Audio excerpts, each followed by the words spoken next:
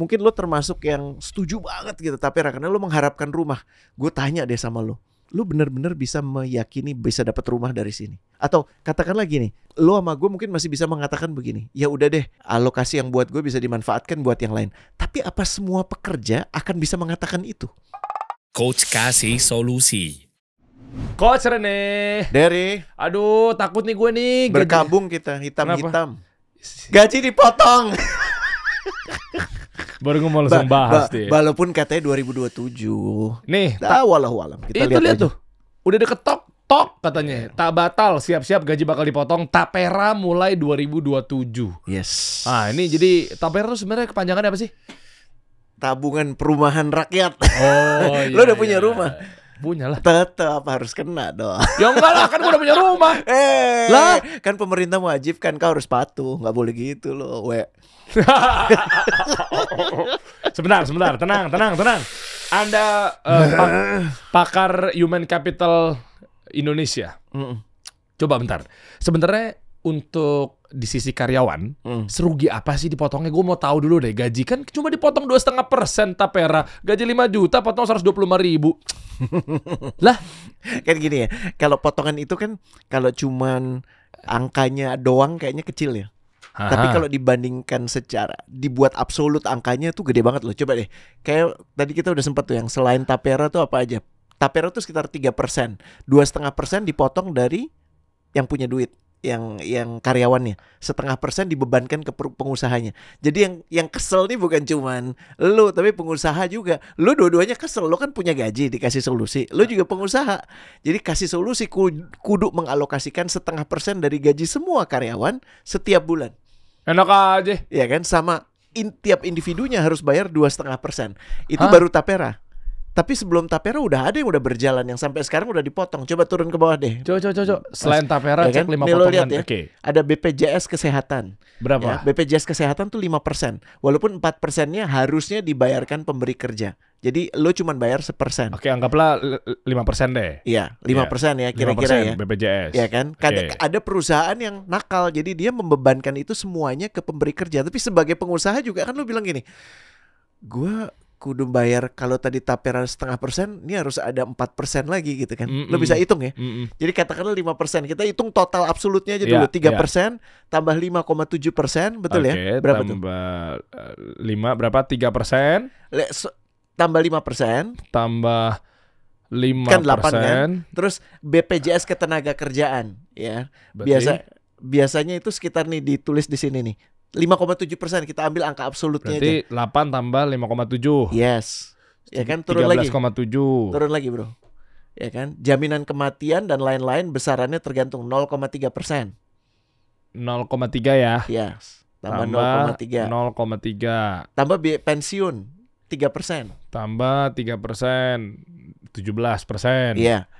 Tambah PPh 21. Katakanlah lo gajinya yang paling rendah jadi 5%. Kalau yang gede itu 35%. Ya, 5%. Berapa tuh? 22. Nah tuh. 22%. Jadi kebayang gak kalau lo sebenarnya gaji lo itu 5 juta, tapi udah dipotong hilang tuh udah 1 juta. Jadi angkanya tuh signifikan, man. Ya. Dan yang lebih menarik lagi, kalau gue sih mempermasalahkan dari due process dan fairness. Due process dan fairness maksudnya apa? Kita kayak nggak pernah dikomunikasiin, ini udah langsung jadi ketentuan.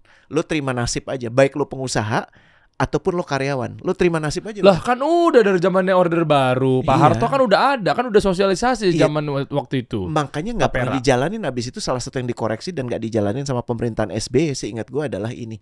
Karena emang bener-bener ini nggak populer, ini bener-bener narik duit dari rakyat. Kan kalau misalnya tujuannya adalah buat buat perumahan ya. Kalau lo punya rumah gitu. Ya, dan angka itu menurut gue terlalu kecil. Misalnya kalaupun itu ditabungkan untuk rumah ya, angkanya terlalu kecil. Kayak misalnya tadi orang bergaji berapa 5 juta gitu ya, berapa 100 dapatnya 125 ribu ya kan, dikalikan 12 ya kan, dikalikan 30 tahun, lo emang dapat angka segitu, bener gak sih? Ya enggak. Ya, ada yang bilang subsidi dari pemerintah. Mau disubsidi sebesar apa? Harga rumah berapa? Bukan, ini kan kayak dikepul kan barang-barang. Jadi kayak semacam sistem mungkin BPJS. Crowdsourcing sebenarnya Crowdfunding. Crowdfunding. Itu lebih tepatnya. Jadi nanti begitu ada yang sakit, dipakai uangnya. Itu ta'awun, betul. Iya, ta'awun. Cuman masalahnya kan gini. Maaf ya dengan segala hormat ya, gue gak mengatakan semua orang di pemerintahan sama. Tapi mohon maaf, bukannya track recordnya udah jelas ya. Kalau kita mempercayakan uang itu, ya banyak penyalahgunaannya. Lihat aja kasus-kasus pajak. Lihat aja kasus-kasus dari asuransi. Lihat kan yang baru ada kawan juga yang baru diselesaikan dari Taspen itu, betul kan? Begitu banyak hal yang gini. Kalau emang ini uang lo, kenapa mesti ditarik lagi sih? Itu kan bentuk lain dari pajak akhirnya. Lo bakal lihat lagi gak sih wujud uang lo balik lagi? Loh, tapi Tapera ini kan tanya tabungan, berarti kan sebenarnya buat dia juga. Tabungan bisa ditarik kapanpun dong, bukan diambil kayak BPJS kan hilang. Detailnya gue nggak paham ya. Tapi menurut gue, kenapa kalau memang seperti itu, ya udah dipercayakan aja ke orang-orangnya. Suruh ajarin dia kirim financial planner supaya orang bisa memodifikasi sesuai kebutuhan dia. Nanti kepake, rumahnya nggak jadi. Lah kalau ini dikirim, dipercayakan kepada pemerintah, kepada lembaga yang dikelola pemerintah. Jadi ada jaminan dari mana lu bakal ngelihat uang lo lagi juga? Tapi kan pemerintah negara. Iya, bener sih. Tapi maksud gua itu udah menyelisihi proses keridoan gitu, tau gak sih? Emang lo ridho duitnya langsung dikasih, dipotong sekian banyak, berapa tadi totalnya 22%. Walaupun ada sebagian yang dibayar oleh perusahaan, ada sebagian yang dibayar oleh lo gitu ya. Jadi angka absolutnya mungkin lebih kecil secara prosentase. Cuman itu tetap aja potongannya nggak main-main. Dan prosesnya bagaimana ya, dengan track record yang buruk selama ini, lo minta itu. Udah gitu nih, kalau mau lebih seru lagi ya, kalau mau lebih seru ya, kan gini, kita bakal dikutip ya duitnya ya, ya kan? Lembaga yang mengutipnya udah ada dan gaji orang-orangnya udah ketahuan. Ini gue cuma mau nanya dari sisi fairnessnya. Udah ada ketentuannya, udah ada. Apanya? Lihat nih ya, perusahaan apa organisasi Taperanya? Yang lain. Nah nih, coba lihat, naik lagi ke atas. Ya. Coba. Ini bukan dari gue nih, dari CNBC. Coba mana judulnya? Ya. Tembus puluhan juta, begini gaji komite dan komisioner. Jadi komite itu pengawasnya. Ada pengelola duit-duit ini namanya BP Tapera. Badan Pengelola Tapera. Paham ya, Der? Iya, berarti udah ada komisionernya. Komisioner tuh yang mengerjakan tugas-tugasnya, kayak direkturnya. Biasanya tuh level apa? Apanya? Levelnya tuh swasta, pemerintah, atau mungkin ini lembaga bentukan pejabat, pemerintah. Kementerian? Kementerian. Kalau untuk yang jangan bro, yang tadi. Ya turun. Ya. Coba. Tunggu bentar, naik turun dikit. Gua kasih tahu anggotanya, turun dikit. Anggota lo lihat ya, nanti sekarang bisa di screen cap ya. Komitenya. Komite Tapera itu pengawasnya, terdiri dari 3 menteri plus ketua OJK. Kalau nggak salah mestinya ada satu lagi, ada yang kelima profesional. Ya, tapi nggak disebut di sini. Itu maksud gue pikir profesional semua. Enggak. Oh, menteri. Jadi ini ex officio. Jadi siapapun yang menjabat menteri PUPR, otomatis dia menjadi komite Tapera. Berarti Pak Basuki. Satu. Oh ya, itu Menteri namanya. Keuangan saat ini ya, Bu Sri Mulyani, Ida Fauziah Menaker, terus Frederika Widyasari Dewi. Paham ya? Tambah satu orang yang masih belum ketahuan yang profesional. Gajinya itu antara kalau nggak salah 29 sampai 47 juta. Naik dikit boleh bro. Lihat, ketua komite Tapera unsur menteri secara ex officio, besaran gajinya 32 juta per bulan.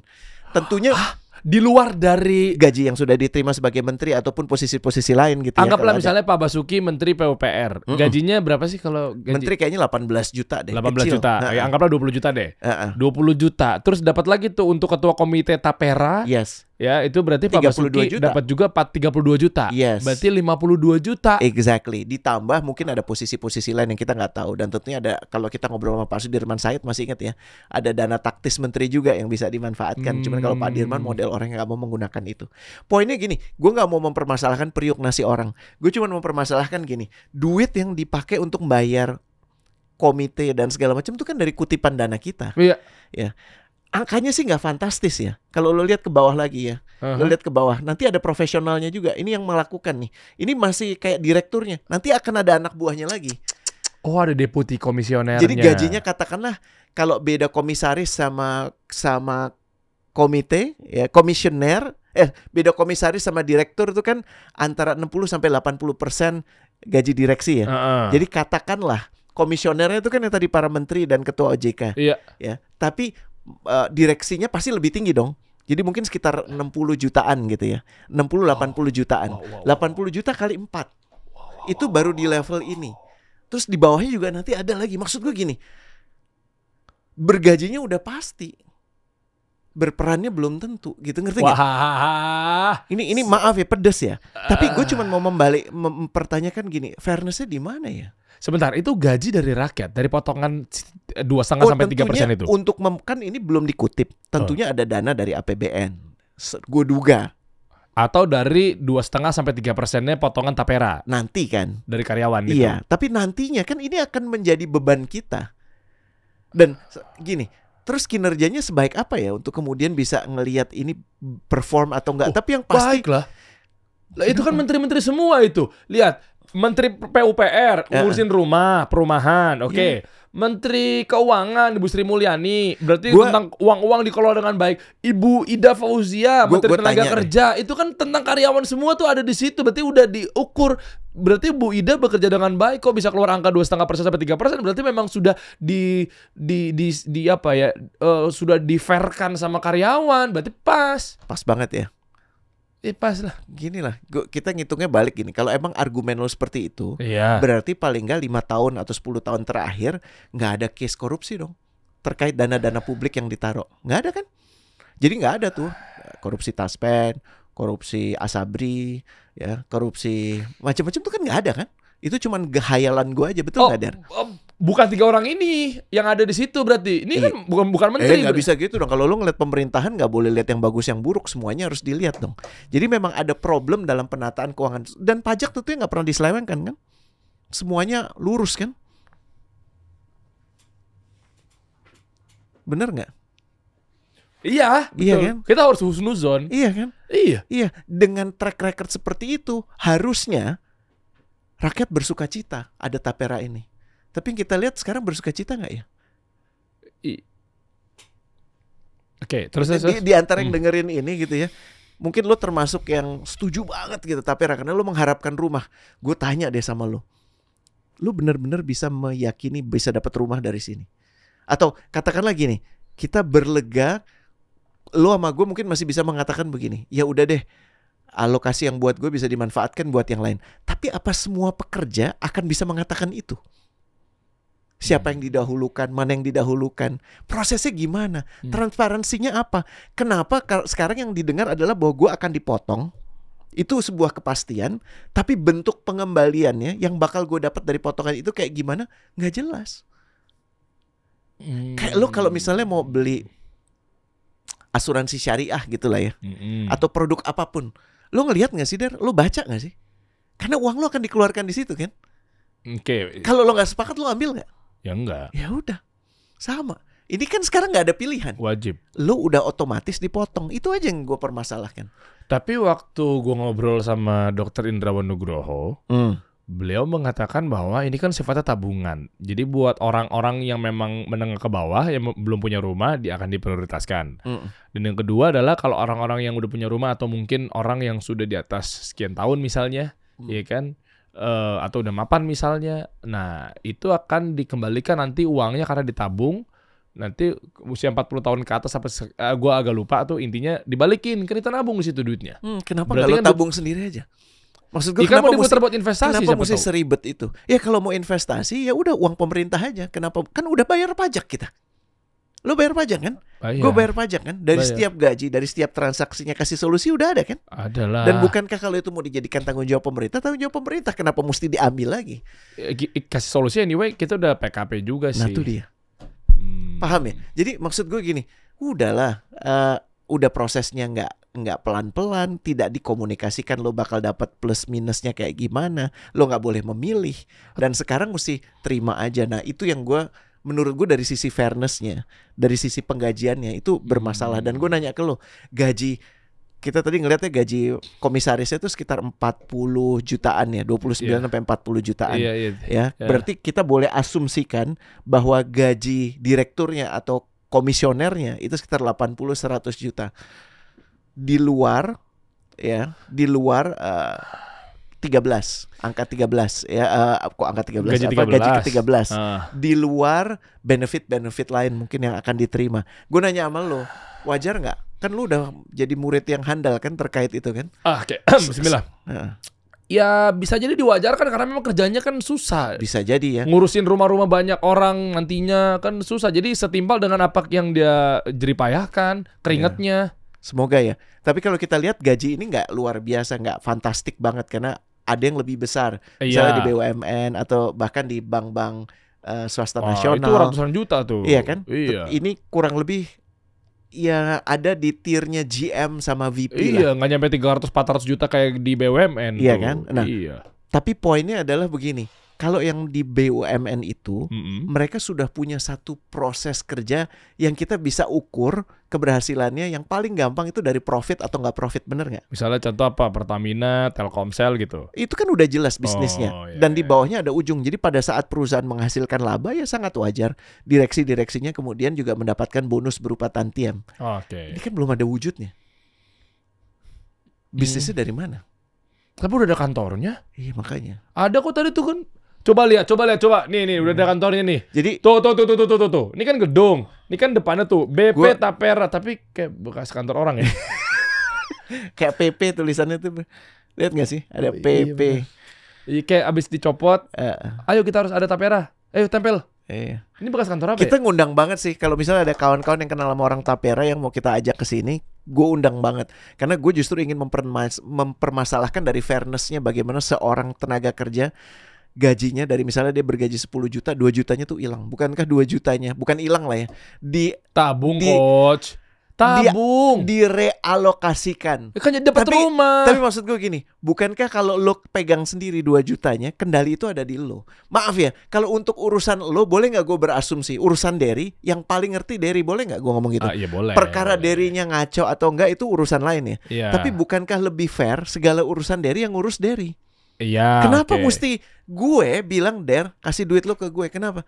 Karena gue lebih terpercaya dari lo. Ya enggak dong. Aneh. Kan gue lebih tahu kebutuhan anak gue susunya berapa. Iya kan? Dan gue ngomong ini dalam konteks kita sekarang yang lagi challenging banget, betul nggak sih? Iya, Harga-harga lagi naik apa turun? Lagi naik. Bukannya shrinkflation. Kemarin gue coba ada iya. favorit yang lo selalu kasih ke gue kan, bakery. Ya ada bakery yang dikasih ke gue, boleh disebut namanya? Boleh lah. Holland Bakery. Ya gue cinta banget sama Holland Bakery gitu kan, karena lo kasih. Gue baru ngeliat yang namanya Long John-nya tuh mengecil banget. Gue bilang, kenapa jadi sekecil gini? Jadi kalaupun harganya nggak turun, secara kalori itu udah turun banget. Ya bagus juga sih untuk gula gue ya. Itu gula, jadi ini program Kementerian Kesehatan. Iya, siapa makanya tahu. itu kan, aduh something wrong banget sih. Gitu. Dan ini bener-bener menurut gue sih, kalau ada kawan-kawan di pemerintahan bisa bantu colek orang Tapera, kita ajakin ngobrol. Boleh. Nanti ini coba deh. Dari judulnya aja nih asik banget kalau kita bahas. Gaji karyawan dipotong Tapera buat nombokin APBN. Ini jawaban Kementerian Keuangan. Coba kita cek Ibu Sri Mulyani coba. Dim ke bawah, Dim. Nah, kira-kira beliau berkata seperti apa nih? Bentar. Mana ya statementnya Bu Menteri? Tidak digunakan untuk kegiatan pemerintah dan dana Tapera tidak masuk dalam postur APBN tuh. Ya udah, berarti enggak clear, enggak boleh suudzon, coach. Tuh.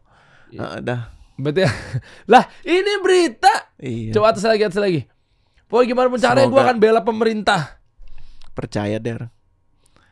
Gitu. Gue sih ngukurnya gini. Gue ngukurnya sinyalnya tuh gini. Dari publik itu, kalau memang benar ridho, ya kalau benar yang sudah ditunjukkan oleh pemerintah selama ini adalah hal-hal baik, pada saat ada pemotongan ini seharusnya disambut sangat positif. Karena now we have it. Now akhirnya kita bisa punya rumah. Kenapa? Karena sudah diserahkan kepada pemerintah. Tapi itu kan nggak terjadi. Jadi menurut gue ya ini bagian dari pemerintahan baru Pak Prabowo, nanti mesti beberes, ya kan? Beberesnya adalah ya dia yang kayak gini-gini dikomunikasikan dulu lah. Jangan ujuk-ujuk terus tiba-tiba langsung kayak begitu. Coba deh lo misalnya lo gaji berapa gitu kan, lo sama istri udah ada kesepakatan buat rumah tangga berapa ya. Terus tiba-tiba lo potong aja buat istri lo. Kira-kira ribut nggak? Ya gesekan pasti ada ribut pasti. sih. Iya. Iya nggak? Apalagi kalau lo nggak komunikasikan dulu, mah aku akan realokasikan untuk ini. Istri lo kan juga berhak ngobrol. Iya nggak? Nah, berhak juga untuk dikasih tahu gitu. Ini ada apa sih sebenarnya? Nah, ini yang menurut gue kurang. Coba dari Kompas nih. Tolak iuran Tapera. Serikat Buruh berkata seperti ini. Kami masih miskin. Dari mana pemikiran pemerintah buat ini jadi kewajiban? Nah, tuh. Menarik ya? Sebentar, Serikat Buruh kan buat Anda juga nanti rumahnya. Iya kan bener kan? Kan tabungan. Dan tuh, ngomong-ngomong, tuh genteng rumah tuh lagi dibangun nih gentengnya. Tuh ada wujudnya.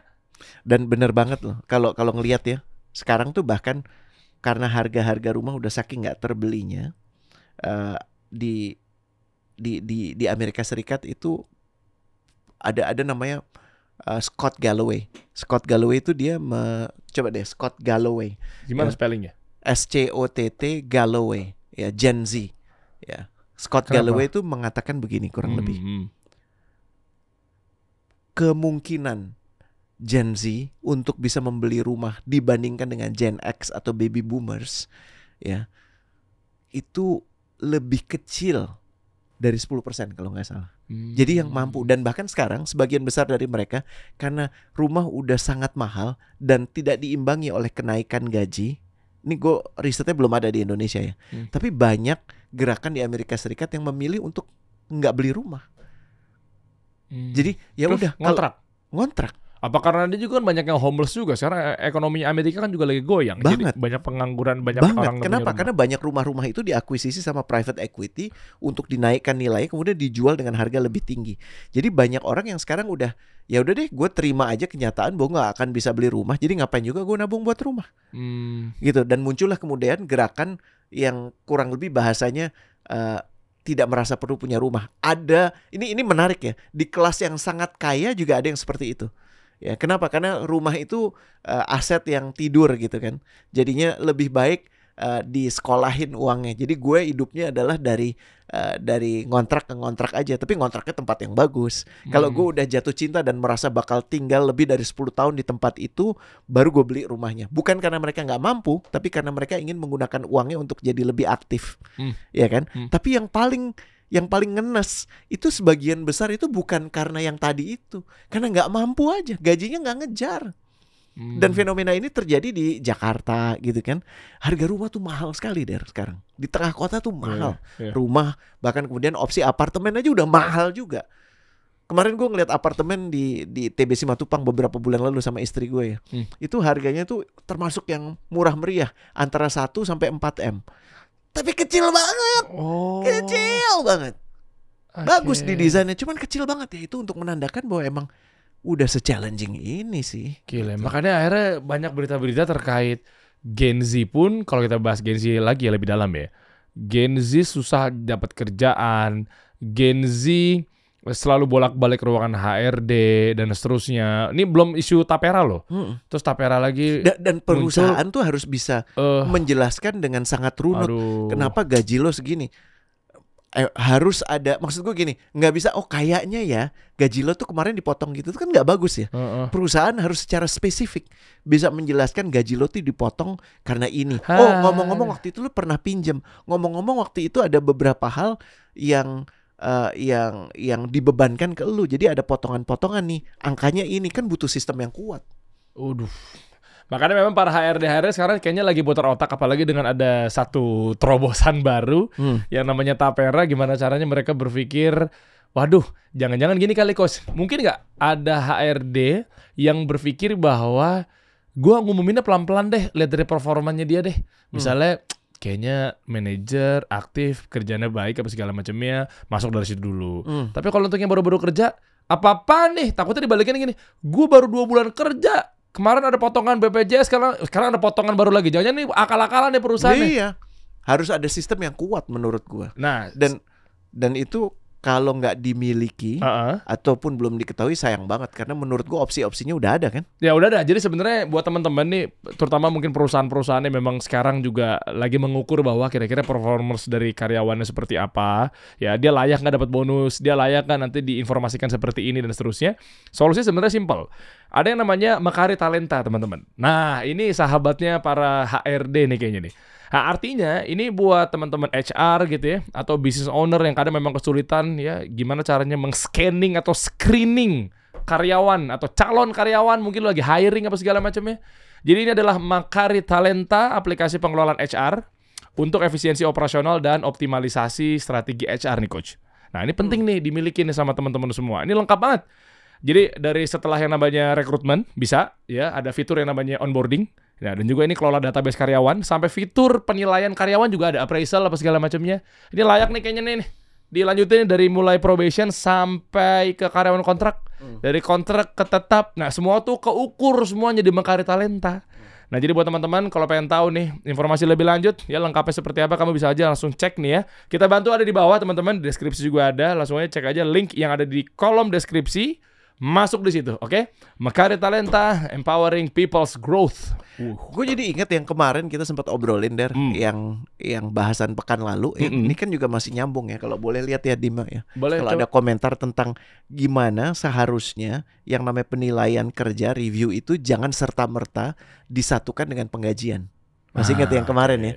Kita lihat nih komentar-komentarnya apa. Nah, ini kita dari kemarin seru nih kita bahas itu. Hitung-hitungan performance jangan serta-merta dikaitkan dengan kompensasi. Nah, itu kritikal banget dan kawan-kawan kalau misalnya belum sempat nyimak bisa nyimak yang lalu ya.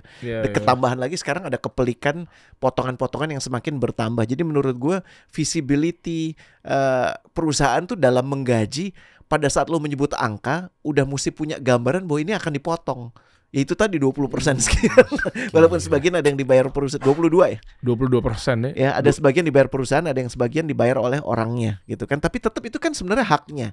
Dan sebaik-baiknya orang tahu kalau lu nyebut 5 juta yang nyampe ke lu nanti enggak segitu ya. Paham ya? Karena kadang-kadang orang mengkalkulasi hidup dia dari gaji yang tersebut. Padahal gaji yang tersebut bukan yang diterima. Apa? Take home pay ya? Iya, take home pay itu kan udah harus potongan-potongan. Kadang-kadang disebutnya gaji aja, padahal harusnya disebutnya lebih tepat take home pay setelah dipotong-potong itu. Dan lo akan melihat potongannya ternyata banyak gitu. Nah, ini kita harus permasalahkan juga apabila memang nggak benar prosesnya. Sebenarnya simpel ya, mungkin nanti kita bisa bareng sama Mekari Talenta. Ini dibikinnya satu event, nanti coba ya kita ngobrol ya petinggi-petinggi yang ada di Mekari Talenta, terutama di PIC-nya yang ada di Mekari Talenta, karena memang Mekari kan banyak banget tuh ya fitur-fiturnya atau mungkin unit-unitnya. Nah, ini kita coba bikin satu program office to office misalnya. Yes, office visit ya. Office visit gitu. Jadi kita cari tahu tuh sebenarnya kondisi karyawan tuh sekarang performanya seperti apa sih. Kita bisa tuh buat kantor ke kantor, kita cek. Nah, ntar mulai keukur tuh. Oh, kira-kira ini kondisi sekarang lagi begini. Oh, kira-kira ini kondisinya kalau memang 22% tadi potongannya, kita harus ngapain ya? Apakah kencangan ikat pinggang atau mungkin naikin gaji karyawan? Oh, naikin gaji karyawan tapi kan performance-nya kan masih buruk. Ada gimana kata kuncinya yang menurut gue Mekari itu juga bisa ngambil peran di sana. Ada riset, gue lupa risetnya mana, nanti gue cariin nih. 80% lebih karyawan di perusahaan yang transparansi penggajiannya itu terjaga. Transparansi itu artinya gini, lo bisa tahu kenapa lo dapat segitu, ya. Nggak bukan tergantung bos lo lagi kayak gimana, bukan lo coba hitung-hitung sendiri, bos lo hitung-hitung sendiri, tapi ada aturan main yang jelas dan itu dikomunikasikan. Jadi nggak cuma ada aturan main tapi nggak dikomunikasikan. Ada aturan main dicatat dengan jelas, platform model kayak Mekari, dan dikomunikasikan. Itu 80% lebih orangnya lebih produktif. Jadi 80% karyawan itu lebih produktif apabila mereka ada di setting yang transparansi penggajian dan kepegawaiannya tuh nyata. Sebaliknya, ya, kalau itu tidak terjadi, ya, transparansi itu nggak terjadi, itu faktor demotivasi yang parah, gitu. Makanya benar-benar salah satu kunci untuk bisa memastikan produktivitas dan tentunya motivasi, ya, itu adalah menjaga transparansi di dalam organisasi, gitu. Termasuk juga menurut gue memisahkan antara penilaian kerja, ya, dengan gaji, karena orang tuh bisa dinilai kerjanya jangan-jangan bukan karena kerja orang itu aja, tapi karena ada faktor-faktor lain. Ya kelihatan aja dia dapat target, tapi dapat targetnya tuh apa benar karena kerja dia saja, kan nggak mungkin. Karena banyak faktor-faktor lain yang berpengaruh. Jadi baiknya yang namanya evaluasi kerja itu untuk membuat dia lebih produktif. Gitu. Nah, sementara penilaian untuk pemberian gaji itu harus dinilai oleh komite yang memahami sequence-nya. Ada komentar lain nggak sih? Coba. Jadi ini kita pembahasan mengenai tentang performance, gaji karyawan dan seterusnya ini yang di pekan lalu ya. Jadi coba kita ulas komen-komen yang masuk, yang memang teman-teman juga ikut nyimak obrolan kita di pekan lalu. Nah, nih coba kita baca-bacain apa sih? Prakosa tuh bagus tuh. Ada mekanisme 360 review, tahu ya maksudnya ya. Jadi nggak cuma atasan menilai bawahan, tapi atasan juga dinilai oleh bawahan dan kanan kirinya. Walaupun yang paling efektif menurut gue adalah di samping atasan menilai bawahan adalah bawahan menilai atasan. Cuma jadinya subjektif nggak? Kayak misalnya gara-gara kayak psikologis manusia kan ketika bos kita atau manajer kita nih, dia nih Nah, disuruh-suruh apa segala macam. Udah pokoknya lu nggak bener aja. Kalau gitu loh. Kalau pertanyaannya gimana bos lo, itu udah pasti subjektif. Iya. Tapi penilaian ini didasarkan atas 8 kriteria manajer atau leader yang awesome menurut Google. Ya, 8 kriteria. Nah, mau kita bahas ya? Boleh. Ini penting, kenapa? Karena banyak organisasi yang berpikir bahwa nilai atasan ya umum aja, nggak bisa, lo harus spesifik. Karena kalau nggak dilakukan seperti ini, yang terjadi adalah justru orang-orang yang yang mungkin bisa memacu kinerja, tapi nggak ngerti untuk mendukung, membuat orang jadi merasa dimanusiakan, itu yang naik. Makanya banyak orang-orang yang IQ-nya tuh rendah, yang apa ya bahasanya dari yang orang kenapa kok lebih sering dipromosikan jadi leader ya? Ada argumen seperti itu ya. Itu apa biasanya? Kolusi. Nah, kita bahas aja gimana, Orang karena dalam. pembahasannya nih banyak ya. Kan ada yang bilang karena nggak punya value jadi apa aja jadi buat dia. Bisa jadi, tapi kita bahas deh ya. Cuman gue sebenarnya ingin mendasarkan bahwa yang namanya anak buah dalam menilai atasan itu harus dibimbing, harus dituntun, harus dibuat parameternya. Jadi ngerti yang dinilai apa. Nah, kita bahas parameter itu pekan depan. Boleh, itu menarik ya. Jadi gue jadi akhirnya penasaran nih tentang mekanisme 360 tadi ya. Apa namanya? Namanya UFS, UFS. Upward Feedback Survey. Jadi bagaimana orang-orang yang ada di bawah menilai atasannya. Salah satu yang gue inget banget adalah a good coach. Cuman kan gini, kalau lo nanya ke orang, atasan lo good coach bukan? Aduh, susah. Nggak ngerti ya. Iyalah. Nah, ini yang harus diterjemahkan ke dalam bahasa yang dipahami oleh perusahaan itu. Kita bahas aja pekan depan. Next week ya? Iya, boleh. Oke. Ya, tentunya nanti bareng sama Makari Talenta terus ya. Coach kasih solusi.